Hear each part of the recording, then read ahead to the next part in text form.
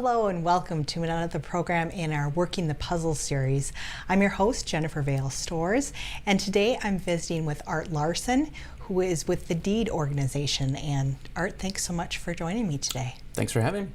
So let's start, Art, by telling me about the acronym DEED and what it is you do there. Okay.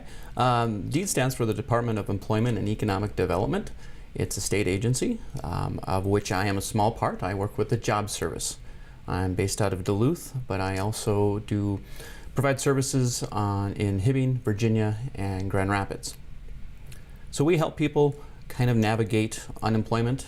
We help them understand the process by which they can look for a new job, start a new career. So that's the purpose of our series, Working the Puzzle, is to help people who are facing unemployment. So let's walk through some of the steps. Okay, I just found out I just lost my job or I'm going to be unemployed very shortly. What's my first step? Well, most people come into our services by being called into an unemployment session. There are nearly 50 workforce centers in the state of Minnesota. Nationally, these are called Career One Stops. And what happens is someone who is filing for unemployment will receive a letter that they should come in for an unemployment session. And they're directed to the closest workforce center and to their address. And they go through an unemployment session, and they're told what other services are available, and kind of gives them some background on some online job search techniques, some classes that they could sign up for, how they could register to meet with a dislocated worker counselor. There's a lot of services that are available to people in unemployment. Most people have no idea we even exist at workforce centers until they're unemployed. And for people here in Itasca County, our workforce center is located up at the Itasca Resource Center. Yes. Yes, it's one part of the Itasca Resource Center. Right. Yes. Right. So that's where people would go. So let's talk about some of those different areas that you talked about. So we were talking earlier before we started, there's some people that maybe have never had to write a resume. Yes, that's a very common concern. Someone will come in and say, I've worked for Blandon when I first got out of high school. I've never had a resume. I've never had to apply for a job. I just walked in, and I've been working there ever since. Today's job search has changed dramatically from the way we used to look for work. I've been doing this type of work for about 18 years, helping people find work, and even in that time, the advent of online applications has made job search a little more technical. I like to think of job seeking itself as a skill. And it's not necessarily what you do well that gets you a job. And it'd be great if it did. It's how well you job seek in many cases. So I would never want the lack of a resume to prohibit someone from getting their next job. And if you've never written a resume before, it means that you might not have the skills to use a computer. You might not have the skills to put words together in a way to describe the skills you have. Many people have never even decided or come to a place where they understand what they do well. They say, I was a millwright, I was a carpenter. Okay, what skills do you bring to that? Unless you're going to do the same exact thing for the same exact company, you're going to have to explain how they transfer to someone else's needs. And that's what we kind of help with in the seminars that we offer. Okay. So you actually have classes or Yes. seminars, so people can come and they can go through, step by step of what it takes to write a resume. Sure. One of the things we offer at almost all workforce centers, and it's something I offer here in Grand Rapids, in Hibbing, Virginia, and is offered in Duluth, is the Creative Job Search. This is an all-day seminar that works people through the process of, okay, I've lost my job. How do I deal with that? How do I tell people about that? This is the second question anyone asks you. You meet someone for the first time, they'll say, what's your name? And then they'll say, what do you do? When you're unemployed, that's not a fun question to answer. If you don't answer it effectively, it's a real missed opportunity to possibly network and get some information that might lead to your next job. So we talk about that. We walk through resume examples. We talk about the whole computerized aspect of it. We talk about online job search. We talk about interviewing, and we talk about kind of all the steps in the process. And it's an all-day class. It's something I highly recommend people take as soon as they can, because you can get lost pretty quickly in the process. Well, I'm assuming, like you said, if somebody's been a millwright at Blandon and that's the job that they've known their whole life, you know, the basis of technology has changed so much that I can imagine it must be this huge undertaking for, you know, unemployed workers to try and grapple with. Sure. One of the things we work through in the class is we talk about, I tell people, how many skills do you think you have? And most people will answer anywhere between 5 and 10. And then I let them know that the average person has between 500 and 800 skill sets. The reason we think we only have a certain amount is we think I'm a millwright, I'm a teacher, I'm a nurse. Well, a nurse has hundreds of skill sets. They're a phlebotomist, they're a caregiver, they are a medication administrator, they're all sorts of different things. When we break down what we did in a job, those become the skills of the job. And then we can transfer them to the needs of other people. And that's a real eye-opener for a lot of people, because what you're marketing in job search are your skills, not your job titles. Your job title was important to your last employer. It may be, in a perfect world where you transfer directly over to the same exact job with someone else, but in many cases that's not realistic, especially if you're laid off from a position. So when you talk about dislocated workers and workers who, you know, aren't going to have they're never going to get that same exact job again. So that's how you kind of work them through those steps of working through their skills and placing those skills with other jobs that they would be.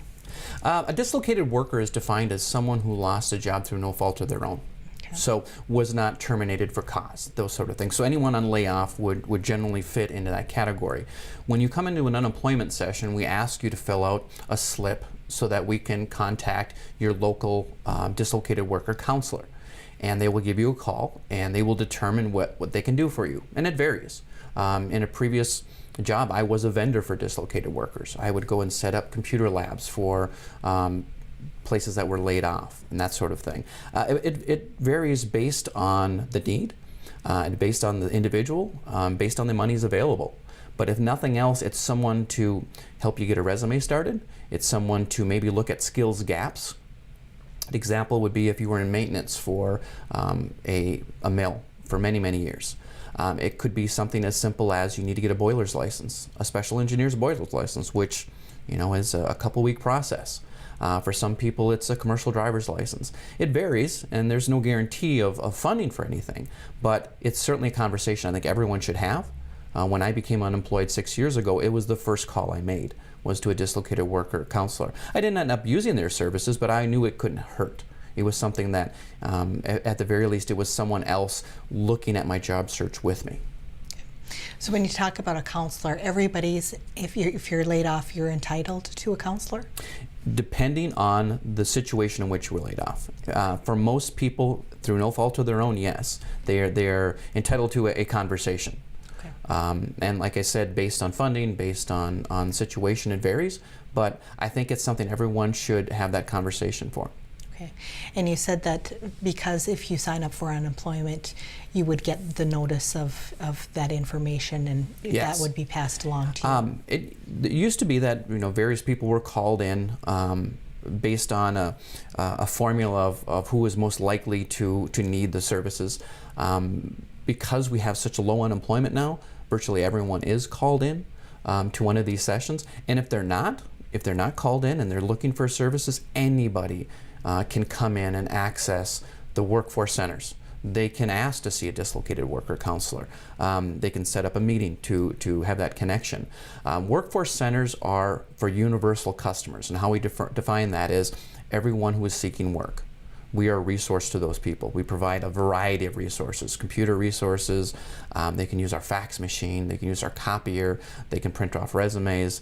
We have resume software for those that need a little bit more help. In many of our locations, we have people in the resource rooms that can assist and answer questions. So you don't have to wait to get that letter. Anyone can come in anytime. And in many cases, we do have people that come in and have gotten the ball rolling, and then they're called in for an unemployment session, which is great because it's a little less scary then. Well, I'm assuming it would be a little intimidating going into, you've never been, if you weren't even aware that there was such a place, and you're kind of walking into a workforce center, and it would be a little. Yes, it can be, and that's many of the people who come in are very anxious, and that's why we try to make them feel comfortable. We have front desk people that are trained to welcome people into the workforce center. One of the questions we ask everybody is if they're a veteran. That's really important because veterans have certain additional services that could possibly be rendered. In many of the locations, we have veterans reps who work specifically with veterans. On Minnesota Works, which is our state job site, designating yourself as a veteran allows your resume to be seen ahead of other people in keyword searches. So that's another thing that's really important. If you are a vet, please come in to see us because there might even be additional services we can offer. So you talk about, let's walk through for somebody who comes into the workforce center. You said that somebody's going to be there who's knowledgeable and friendly. What are some of the next steps? How do they lead them in certain directions, or just ask questions to see where they're at, or? Sometimes people, especially people who are required to be there, don't really know why they're there, and so they'll come in and say, "I got a letter." This could have been through all sorts of different things. We don't just serve people in unemployment, we serve people that are referred by the county. We work with people in rehab services with diagnosed disabilities. But for people who are unemployed, normally their first step in is they have a letter that says, come for an unemployment session. And so they would come in, they would say, I'm here for 9 o'clock unemployment session. When the facilitator of that session was available, they would bring everyone into a room. And they would spend about 45 minutes going through kind of the steps of unemployment, what the requirements are. There are some requirements for unemployment. It's not just something that you sign up for and get a check every week. There is a requirement to look for work. And we want to make sure people are very aware of what constitutes looking for work. So someone might say, I went to Alaska to go fishing last week. Well, then you're not willing and able to accept employment, so they can't apply for unemployment that day, that week. So we let them know those things so they don't get tripped up by not following the rules of unemployment. And then we let them know what other services are available. One of the things we ask everyone on unemployment to do is get a resume onto the state job board, which is minnesotaworks.net. And I'm someone who comes in after the unemployment sessions and lets them kind of know how that works and offers help. We really recommend if someone has had some technological issues where maybe they don't have a computer at home, they do it right with us, right in the computer lab, so they can get that out of the way. To register for a Minnesota Works account takes about 5 minutes. To put a resume on there takes a little longer. So sometimes people have to go and get some dates or find that piece of paper they used 10 years ago for a job, and they come back in and we help walk them through that process, or if they're comfortable doing it themselves, we let them do that. That will give them a resume. They can print that resume off. Generally, we like to spruce it up a little bit and make it a little bit more marketable for offline job searches, for handing out at job fairs. We have 2 job fairs coming up, one on the Iron Range and one in Duluth in the next month. So there's a great opportunity to network and to meet directly with employers. One of the biggest frustrations for a lot of people is how impersonal job search seems to be because of the online job search. One of the things we try to talk about is the reasons why employers do that. It saves them money. I can look through 500 applications, or I can have a computer do it. Now, we may not like that, but that's part of kind of today's job hunt. Understanding what that means to you and the words you need to use so a computer does spit out your resume is the things we teach. Once they are given that information, they're also made aware of the creative job searches, of the resume classes, of the interview classes. In Duluth, I teach a basic computer class, and everything that we offer is free, and that's really important. On the back of this Creative Job Search, there is a $16 tag, meaning that you could go on Amazon.com and buy this for $16. It's free to everyone who goes to a Creative Job Search. It's theirs to keep. It's a great manual for kind of conducting your job search. It has a lot of different templates for resumes, a lot of different ways to answer those difficult questions in an interview, like why did you leave your last job, those sorts of things. We walk through that whole process in Creative Job Search. Some people just want to hone in on interviews. They said, I'm getting interviews. I'm filling out applications and I'm getting interviews. And what we can do in an interview class is figure out that one question that is kind of, turning them off to employers. And in many cases, it's that question, why did you leave your last job? There's a lot of anger for people, even in good situations. Sure. If I've worked at a place for 20 years and all of a sudden I don't work there, it's not only scary, it can cause some anger issues. And any anger you bring into that interview is really going to be at your detriment. Right, right. Well, and I think, something, you're talking about resumes and those keywords and how everything is, it's all done online and all done, it's not done by an actual person anymore, and how important it is to have those keywords, to make you stand out compared to, the other applicants for the same job. One of the funny things I find is, unfortunate things, funny I guess, is something as simple as using a different word to define your skills than the employer does can create a situation in which you don't get an interview someone who with less qualifications would get. I consider myself to be a trainer. I've trained people on job search skills for 18 years, and I've said trainer, trainer, trainer for as long as I can remember. I had a friend call me a couple of years ago and said, I need your help. And I'm like, great, what can I do for you? He says, I need to lose some weight. And I didn't get it. I said, do you want me to create an Excel spreadsheet to track your calories, or what are we doing here? He said, no, you're a trainer, aren't you? To him, training meant that I was at a workout facility. Sure. Okay. What employers now use now is facilitator for what I do. So something as simple as saying I have training experience as opposed to I have facilitation experience can make the difference between me getting an interview and therefore getting maybe a job and not. So one of the things we talk about in the Minnesota Works piece after unemployment sessions is when you look at a job posting, look at the words they're using to describe your skills. Okay? Don't make things up. Don't say you have things you don't, but something as simple as having worked in personnel and now applying for an HR job. If you use personnel, you don't get seen. If you use HR, which is the same thing, just a newer term, you might get that interview. Interesting. Important. Very important for job seeking today. Yes. Right, absolutely. I mean, it's something I would have never thought of, trainer versus facilitator. That's simple, change of a word is, it's incredible. I know someone who didn't get an interview about 3 months ago who was highly qualified, and that we kind of boiled it down to that was the reason. She had 15 years of training experience. They were looking for 5 years of facilitation. Oh. She used training. So unfortunate. Yeah. So you brought your booklet.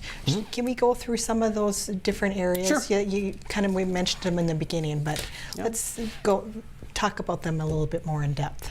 The first thing we go over is career planning. When someone loses their job, I hear this a lot. They said, I never really figured out what I wanted to do when I grew up. I hear this from everybody, from someone who was just out of college to someone who was nearing retirement age. They kind of fell into a position, fell into a career, and they never really had an idea of what they wanted to do. And my take is, certainly you want to react to jobs that are out there, but you also want to be proactive. Think about where you'd like to work. And many people have never had the, time to do that. And they've never thought where they want to spend their time. We spend 2,080 hours a year at a full-time job. I think it's kind of important where we spend that time. And you may not be able to work exactly where you want to work, but unless you've identified where that is, it's probably not going to happen either way. So I ask people to kind of balance their job search between reacting to jobs that are already posted and looking at opportunities that interest them, even if there are no jobs. Making contact with employers, going to job fairs and introducing yourselves. One of the crazy things we find is that 75% of job seekers, if given the opportunity between applying in person or applying online, will apply online. And the reason is it's less scary. I don't have to go and talk to somebody. I don't have to put myself out there. The people who get the job are those 25% willing to make that appearance. And occasionally willing to hear no. Willing to hear you have to apply online. Some employers are going to say that and certainly be courteous enough to accept that.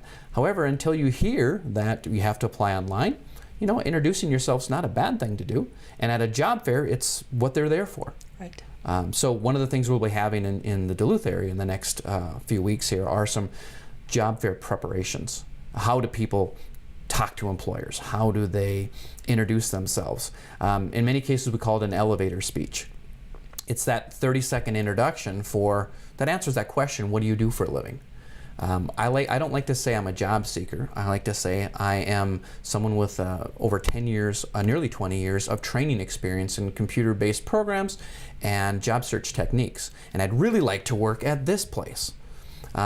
People can't respond to I need a job. They can respond to here's a set of skills I have and here's where I want to apply them. So the first stage we talk about is career planning. It's really hard to hit a goal unless you know what that goal is. That's not always going to be the end result, but at least you have a purpose in your job search while you're applying to all these jobs that just happen to be on these job boards. My take on that is when a job's posted, everybody sees it. Right. Employers can get up to 500 applicants for one position, larger employers. So if they've never met you before, you're a stranger to them. If you've introduced yourself or you've stopped in, yeah, that's a little uncomfortable, but you're no longer a stranger. So of those 500 applicants, it might move you towards the top of that. My goal in job search is to get people to the interview, because unless you get to the interview, your odds of getting that job are greatly diminished. In an interview, you have 5 candidates. That's a 20% chance of getting that job if everything else were equal, and of course it never is. But at application, you're in pretty low odds if you're a stranger to that employer. The next step we talk about is getting the tools together for job seeking, getting together, getting organized. Do you have your dates? Do you know when you left your last job? Sometimes it's having that uncomfortable conversation with your former employer of, can I have my start date? Can I have my end date? And one of the questions I always ask, especially if it were a termination, is how was it documented in my file how I left? A lot of people who assume they're fired were never fired. Their job was eliminated. That's a much easier question to answer. Why did you leave your last job? Well, I was downsized. My position was eliminated. If you were truly fired, you'll hear different recommendations on this. But if you were truly fired, I try to figure out a way to explain that and why it's not an issue going forward. And that's a little further along here. But getting your tools together, your resume together, the information at least you'll need for the resume is the next step we talk about. Once we've done that, we know where we've worked, we know the dates that we've worked there, and a lot of people think that's a resume. That's not. That's more of an application type thing, where did you work, when did you work there. Now how we separate ourselves from other people who have had jobs, who've had long-term employment, is the skills that we utilized, that we developed. Until we think about that, we think of ourselves as just a combination of job titles. And if we've worked at one job for 20 years, that's a really short resume. Right. So now we break it down to what did we learn in school? What did we learn in getting trained into the job? What are maybe some projects we did on that job? What are some stories? Employers will spend about 17 seconds looking at a resume. They scan it. That's why I recommend a 1-page resume. I don't argue a 2-page resume, but if it's a 4-page resume, and I've seen a 16-page resume, that's a book, and that's asking an employer to do the work for you. As an employer, and I have been an employer who's hired off of Minnesota Work, who's interviewed a couple hundred people, I'm looking for that applicant to do the job for me. I want them to have already determined what value they bring. And the easiest way to do that is to say, in my previous job, I was successful at this. I was good at this. I liked doing this. I can do that for you. And until we've made that connection, it's really hard for employers to get it. And it really helps in the interview too. The work you put into your resume pays dividends in the interview because now you know the stories you want to tell to answer the questions they ask. After that, one of the major things people come into these classes for is resumes. So we've got a lot of different samples of resumes. Resumes should be unique in the stories you tell. They don't have to technically be unique in the way they look. they should look nice. They should look well formatted. And that's where a lot of people need a little bit of help. Spelling, grammatical areas. Yeah, I mean, that immediately will turn off an employer. So those, they seem like, small details, but very, very important details. Yeah. And one of the things people don't realize is even though their job doesn't require computer skills, the person looking at that resume is an office worker, in many cases a manager, and something simple as a misspelling, that's all they know about you at this point. Right. And it speaks to your attention to detail. One of the things I talk about in class that's kind of funny is the one time we capitalize things when we write, and boy, we don't write very often anymore, is on a resume, headings. That's the one thing they won't spell check. So I've seen some great looking resumes with multiple misspellings because the little red squiggly line that says this is misspelled on a computer is not there for them, because the computer assumes it's an acronym like AFL-CIO or IRRB, and it doesn't spell check it. So what I have all my students do is change that from all capitals to lowercase, and then they're horrified, of course, because they've got some misspellings. We fix that, and then we put it back up there. The resume templates that we use are in two versions.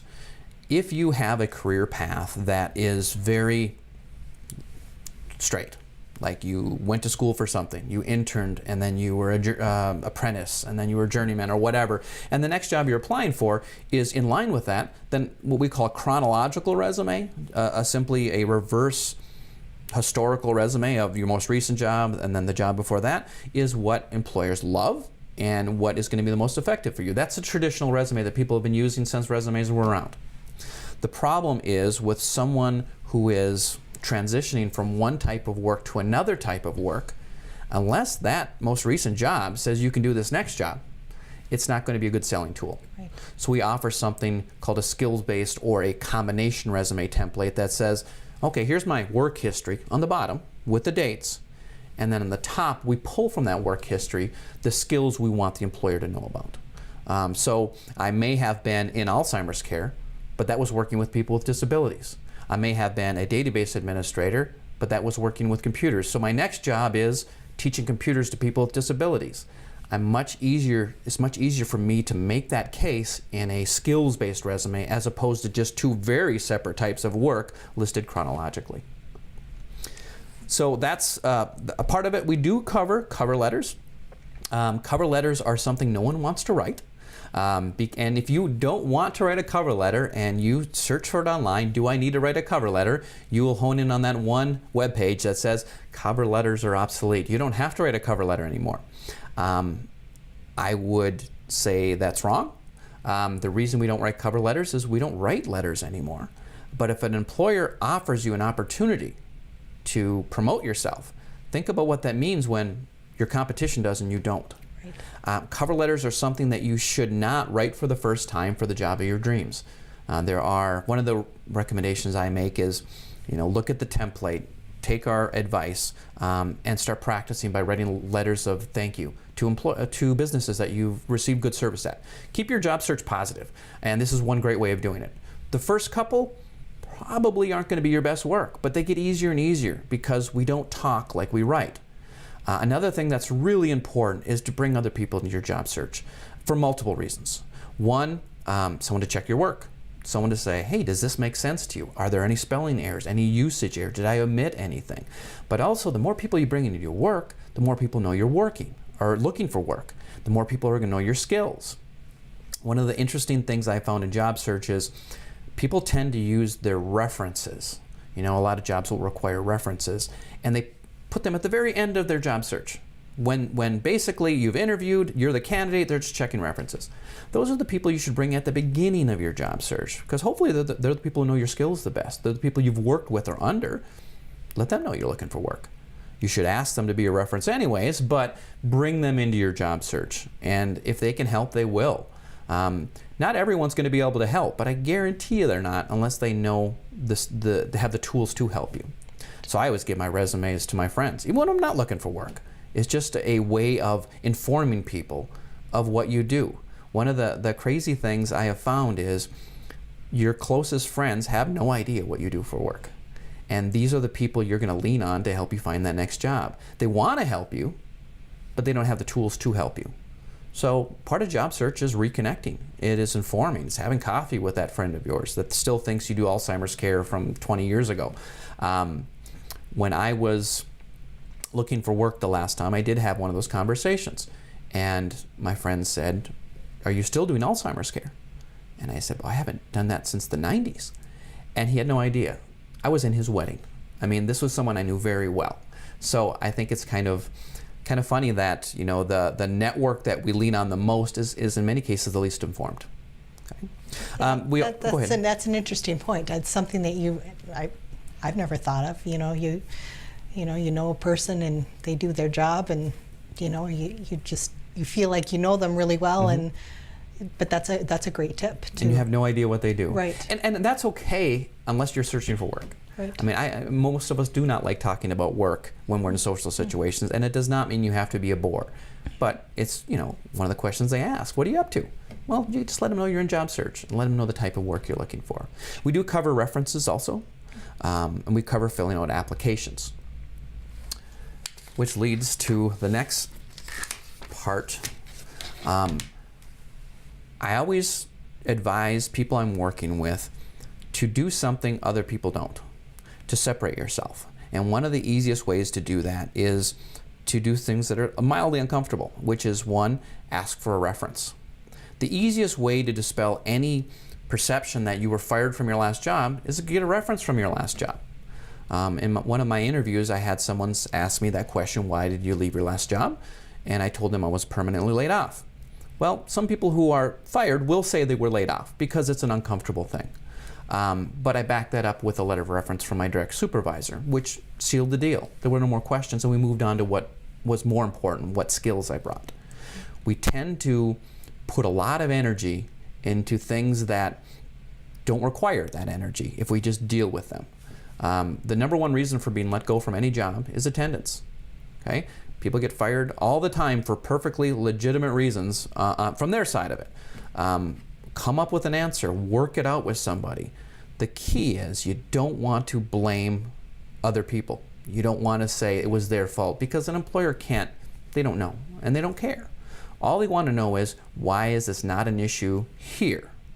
And if you can come up with a good reason there, you show your professionalism in dealing with difficult situations, and you also don't bring negativity into your interview or your job search.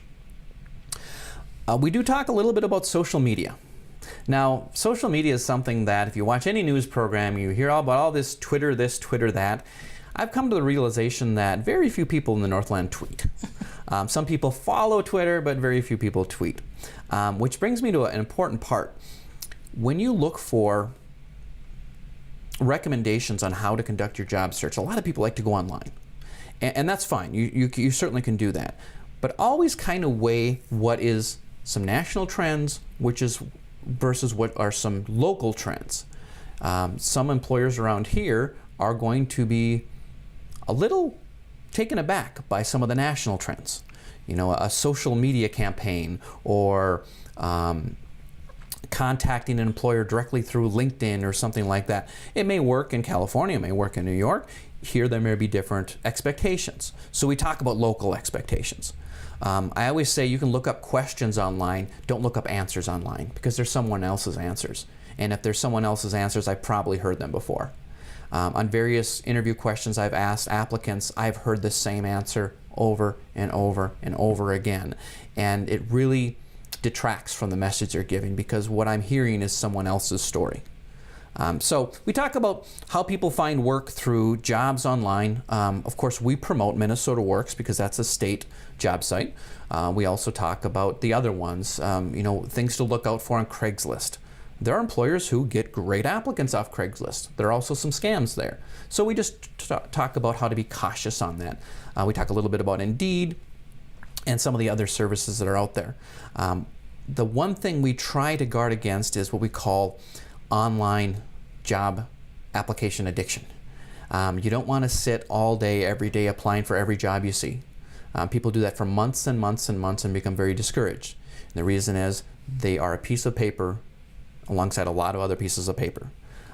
You can get a job day one doing that. You can also wait a long time So what we recommend is balancing your job search tactics between going out and talking to people. And if you talk to anyone, they will say, I found my last job through a buddy of mine, or everyone's had that story. Most people have. We find most of our jobs through that. That does not mean that online jobs are a waste of time.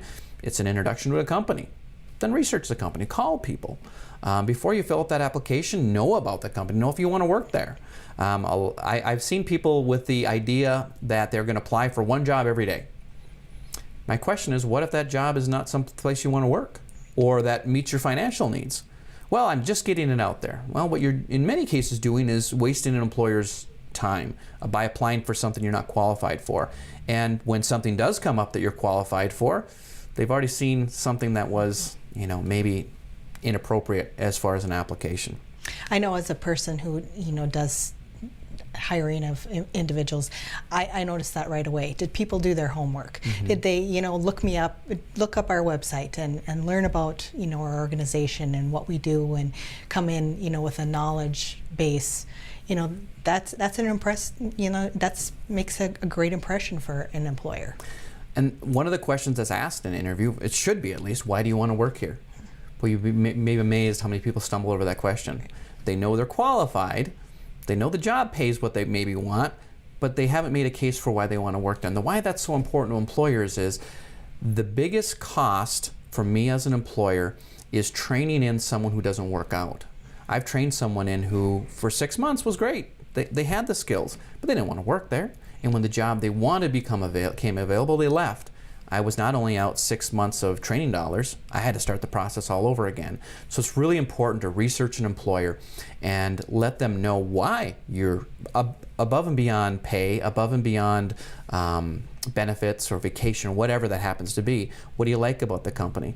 And if you haven't found that, then you really have to question, why am I applying here? Sometimes we get to the point where we do need a job. I get that, that happens. But employers are going to put a lot more effort into hiring someone who has shown that they've researched the company, that they would be happy here, than they would for someone who just has the skills they need. One of the things we talk about in class a little bit, and as offered elsewhere at workforce centers, is LinkedIn. For some people who don't even like the concept of Facebook, they say, well, why would I do LinkedIn? That's even worse. That's not even fun. It's a great way of networking. The average person knows about 300 people on a first-name basis. What LinkedIn allows you to do, and by the way, LinkedIn is a social network, very much like Facebook, but from a business perspective. You connect with people, you connect with businesses. I can search for a business, and it will tell me how I can meet someone at that business. It does that work for me. So a lot of people get on LinkedIn, and they are on it for months, and they don't know why they're on it. So we talk about what are some effective strategies for utilizing LinkedIn. You certainly don't have to have a LinkedIn account. If you're not a computer person, I get it. But it is just one other tool you can add to your job search strategies. And after the social media, we go on to probably the most important part of job search, or what I call the gatekeeper, is interviewing. People can get everything up to that point, and if they haven't prepared for an interview or don't even understand how to prepare for an interview, they will get rejection after rejection after rejection. It'd be great if every interview we went on was a success, but just looking at the numbers, if I interview 5 people, one person's getting that job. That's a 20% success rate, which unfortunately makes it an 80% failure rate. I consider every interview a win. That means that everything else you're doing after that point is working. You're sitting in front of an employer you want to work for, and you're introducing yourself at the very least. Maybe you were a stranger going in there. You won't leave there a stranger. You may not be the candidate they chose, and you have no control of that. They may have had an internal candidate. I've been on both sides of that.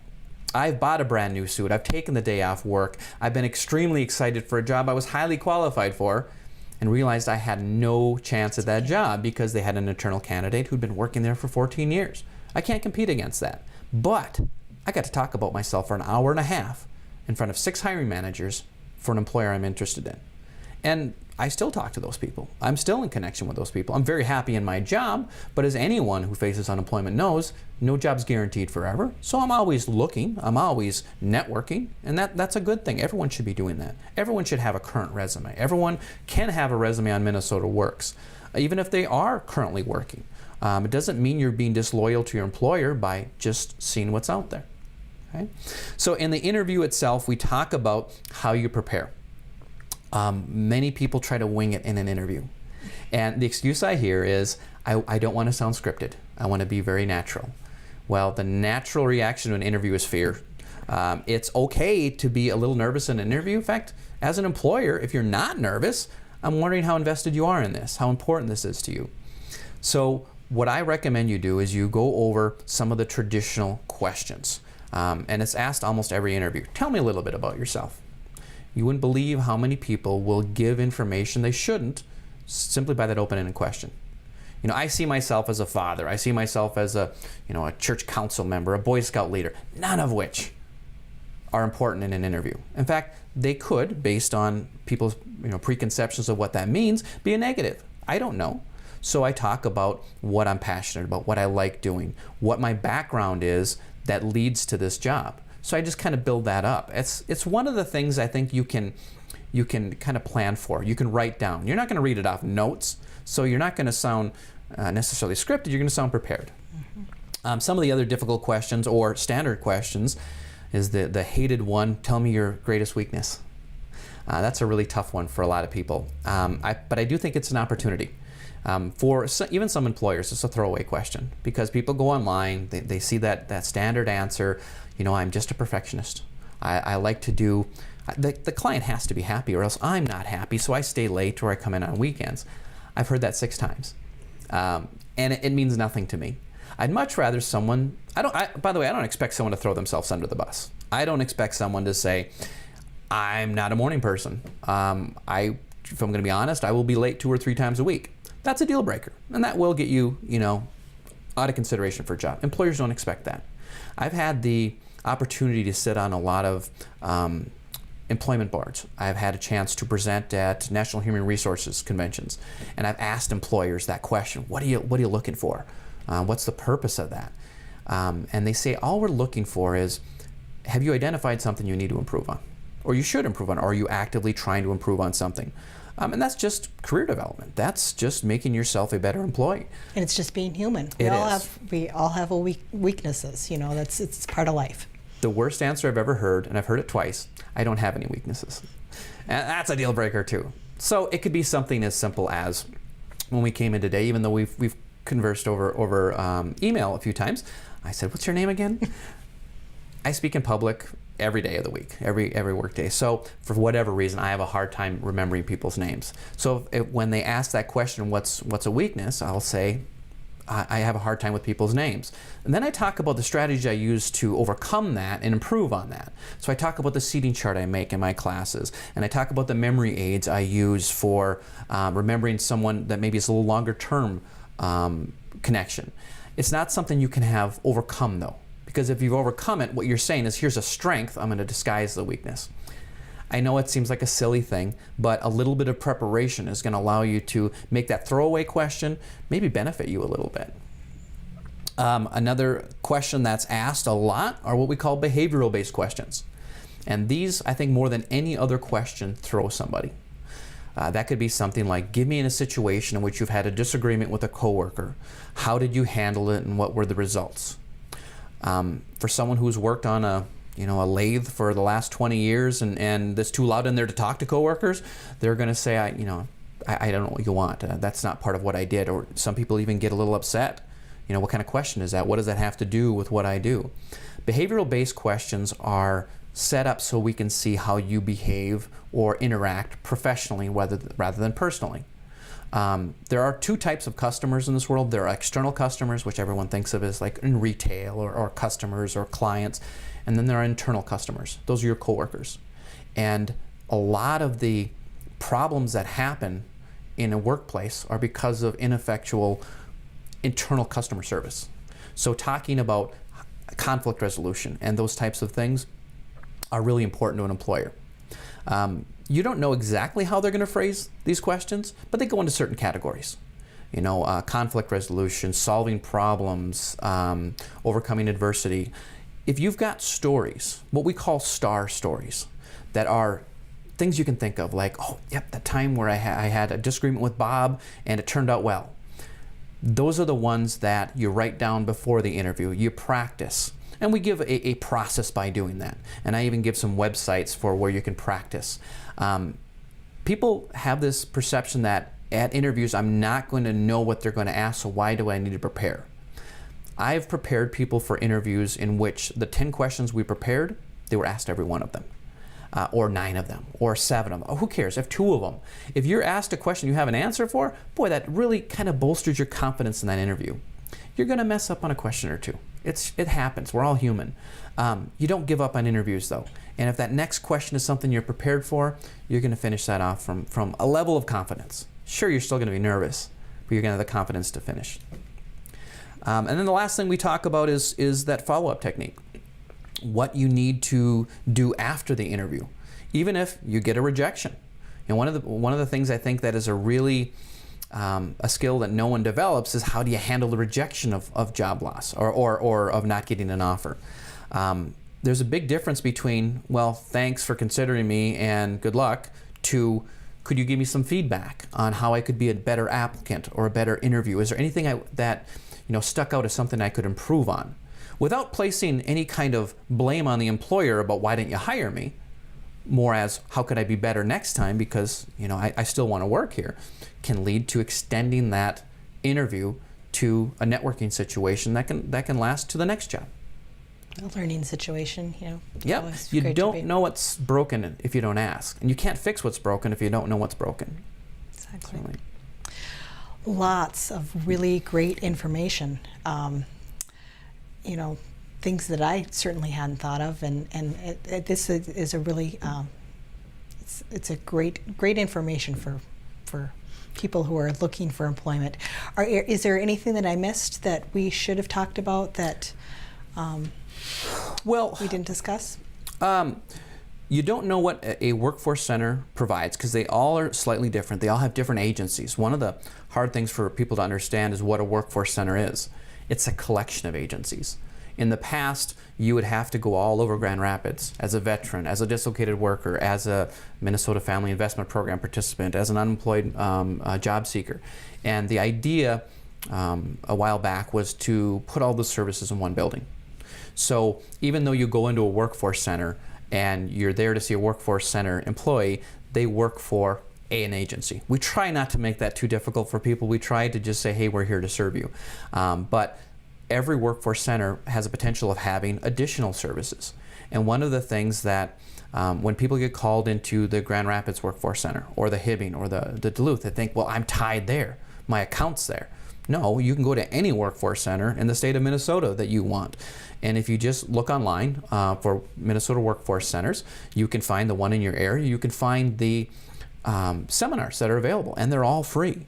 And you can register right online for them. And we have a lot of people who come to Duluth for shopping. Well, as long as I'm here shopping, I'm going to maybe take in a resume class. Or I've got an interview coming up next week. There's nothing offered at my workforce center, or what I deem my workforce center. I'm going to go to Hibbing because there happens to be one there. Okay? We went through a lot of stuff in about 30 minutes. This is done in about 7 hours. So it's not quite as overwhelming. It's still a bit overwhelming. And that's why we give people this book. Once we're done talking, we allow people then to take this book home with them, and they can look through it in their own time. They can jump to the sections that are most pertinent to the place they are at job search. One of the things I usually leave people with in any of my seminars is you will hear different strategies, you will hear different advice in job search. Something as simple as what a resume should look like, how to fill out an application, how to answer an interview question, and that's very confusing. And people will say, I just want the one way that works. Well, everyone has different opinions on what works based on the successes they've had. The idea is you need to find out what you're comfortable selling, what you're comfortable doing, based on other people's opinions, and then you make your job search your own. I figured the more opinions I can get, the more educated decision I can make in my job search. But get other people in your job search. They can only help. Absolutely. Well, Art, thank you so much for taking time today to come in and do this interview. I think you've given us so much information, and important information for people that are unemployed, and we appreciate you coming in. Well, thank you for having me. I appreciate it. Thank you. Thank you.